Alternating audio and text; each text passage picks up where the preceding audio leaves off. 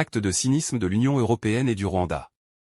Le mardi, 20 février 2024, l'Union européenne a signé un protocole d'accord sur les chaînes de valeur durables pour les matières premières critiques et stratégiques avec la République du Rwanda à Bruxelles.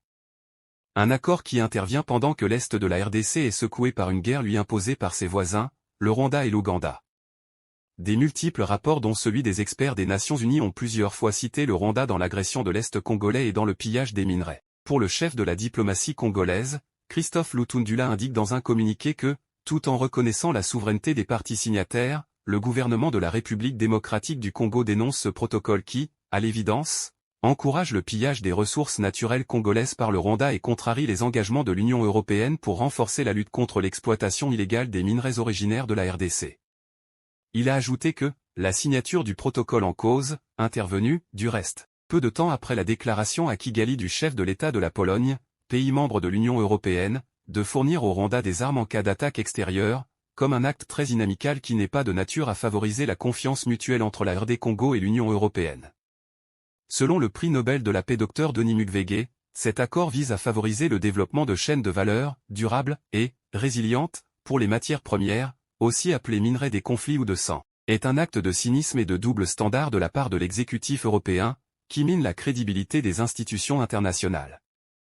Comme l'a indiqué le Dr Denis Mukwege, il est effectivement cynique, voire agressif, de constater que le ministre des Affaires étrangères du Rwanda Vincent Biruta signe un protocole d'accord sur les chaînes de valeur durables pour les matières premières critiques et stratégiques au siège de l'Union européenne à Bruxelles, au moment où une autre délégation de la même Union européenne signait un accord d'aide militaire avec le Rwanda à Kigali en présence de James Kabarebe, l'architecte de l'invasion et l'occupation pour le pillage des minerais de l'Est du Congo.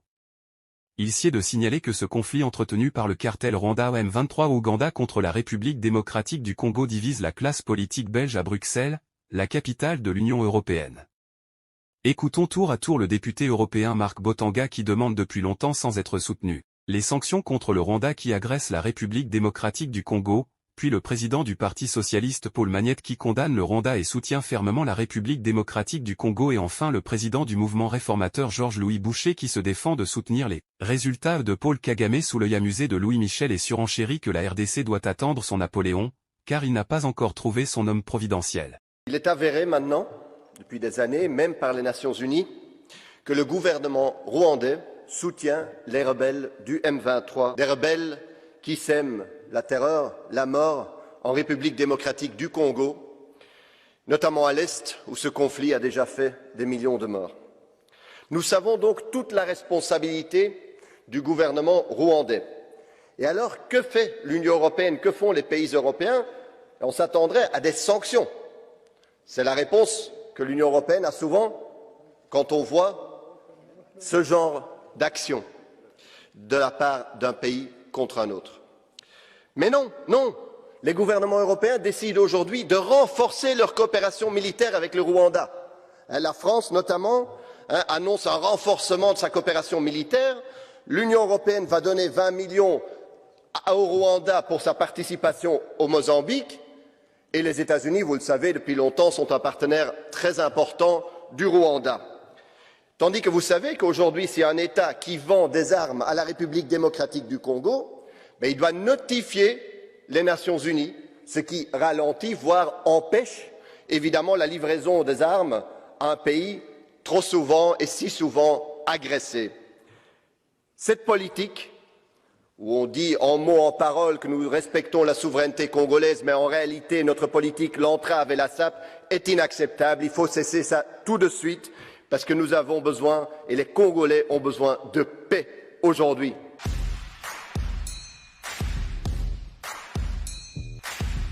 Je m'adresse à vous aujourd'hui avec gravité. Une tragédie se déroule sous nos yeux en République démocratique du Congo. La vie de centaines de milliers d'enfants, de femmes et hommes est en danger. La situation à Goma est particulièrement dramatique. La ville est encerclée par les forces du M23, un groupe armé de rebelles soutenu par le Rwanda. Près de 2 millions de personnes sont prises au piège à Goma. Les principales voies d'approvisionnement sont bloquées par les rebelles. La situation humanitaire s'aggrave de jour en jour. Face à cette crise, l'Union européenne et la Belgique doivent agir. Il faut que le gouvernement rwandais cesse de soutenir les rebelles. Il faut que les autorités congolaises cessent tout appui aux forces démocratiques de libération du Rwanda. Il faut aussi mettre en place, sous l'égide des Nations Unies, un tribunal pénal international pour la République démocratique du Congo. Il faut en effet rendre justice aux victimes, arrêter les seigneurs de guerre et les condamner pour les atrocités commises en toute impunité depuis des années. Je pense notamment aux 500 000 femmes victimes de viols. Nous devons unir nos voix et nos efforts pour mettre fin à cette tragédie. Ces violences doivent cesser immédiatement.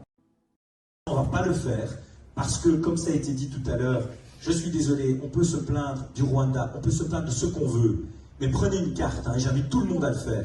Regardez la taille du Congo, regardez la taille du Rwanda. Et donc, si quelqu'un dans cette pièce pense que le Rwanda, le petit Rwanda à lui seul, est capable de justifier tous les maux du Congo aujourd'hui, très franchement, il va falloir quand même se poser des questions. Moi je crois, et vous m'avez demandé d'avoir un peu de courage politique, c'est qu'aujourd'hui la classe politique congolaise devrait un peu plus penser à l'intérêt de son pays qu'à l'intérêt de son portefeuille et de leur famille. Parce que le jour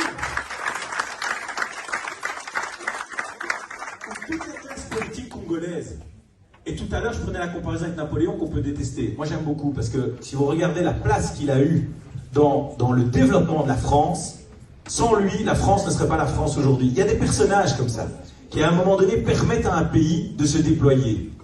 Je pense qu'aujourd'hui, le Congo n'a pas encore trouvé son personnage. C'est vrai. Et c'est ça. Et c'est ça qui justifie que le voisin peut faire ce qu'il fait. Ça ne justifie rien du tout. Est-ce qu'il y a crime? Ça ne justifie rien du tout. Ce que je veux vous dire, ce que je veux vous dire. Est-ce qu'il y a crime ou pas? Ce que je veux vous dire par là. Le politique congolais ce que je veux vous dire par là. Je suis d'accord avec vous, mais je vous pose une question. Oui. Le politique congolais est coupable. On est d'accord, ok? Ils sont pas là et je vous promets, face à eux, je dis la même chose. Mais Kagame n'est pas là non plus. Mais non, donc mais je pose la j'ai question pas à pu ça vous. condamner l'un et l'autre. Mais non, vous, je pose la question à vous. Est-ce que pour vous, en tant que politicien, vous trouvez que ce que le régime de Paul Kagame fait est condamnable ou pas? C'est tout. Je vais être très très clair avec vous. Oui. Je vais être très très clair avec vous. En deux temps, je vais vous répondre. Le premier temps, c'est que moi, ce qui m'a toujours fasciné, depuis que je suis gamin, c'est que les gens pensent que le président des États-Unis doit penser aux intérêts du monde. Ah, voilà. Et en fait, les gens tombent toujours des nues, et vous allez comprendre pourquoi je vous dis ça. Les gens tombent toujours des nues quand le président des États-Unis ne pense qu'à l'intérêt des États-Unis. Je vais vous dire, quand il fait ça, il fait bien son boulot. Et donc, en tant que politique belge, moi, j'aurais plein de choses à dire sur plein d'autres pays. Mais ce que je sais, c'est qu'aujourd'hui, l'intégrité territoriale du Congo, le développement économique du Congo, le développement social du Congo, ça doit être l'affaire des Congolais, pas la mienne. Je suis désolé, je n'ai pas ce mandat-là, je n'ai pas cette légitimité-là. Et pour vous répondre par rapport à Kagame, Kagame est au même titre qu'au moins 150 autres pays dans le monde aujourd'hui. Il ne répond pas à mes standards de démocratie libérale, effectivement, c'est vrai. Mais aujourd'hui, force est de constater qu'il obtient des résultats. Ça, c'est une réalité. Et que c'est au peuple rwandais de prendre le destin de leur pays en main. C'est la seule chose que je vais vous dire. Donc moi, je ne vais pas commencer à dire c'est bien, c'est pas bien. Pour le moment, la réalité, c'est que le Congo a les moyens. Et on ne peut pas me faire croire que c'est une quelconque influence réelle ou supposée, je ne vais pas rentrer là-dedans, du Rwanda, parce qu'il y a aussi une chose, c'est que depuis Bruxelles, je trouve que c'est un peu facile de dire que si le Congo a tant de problèmes, c'est à cause du Rwanda.